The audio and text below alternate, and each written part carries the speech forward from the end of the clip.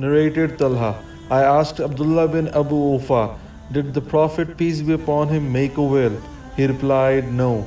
I asked him, how is it then that the making of a will has been enjoined on people, or that they are ordered to make a will? He replied, the Holy Prophet peace be upon him bequeathed Allah's book, that is Quran. Abdullah रज़ी अल्लाह ताला अन्हु से सवाल किया कि रसूलुल्लाह सल्लल्लाहु अलैहि वसल्लम ने कोई वसीयत की थी? उन्होंने कहा कि नहीं। इस पर मैंने पूछा कि फिर वसीयत किस तरह लोगों पर फ़र्ज़ हुई, या कि लोगों को वसीयत का हुक्म क्यों कर दिया गया?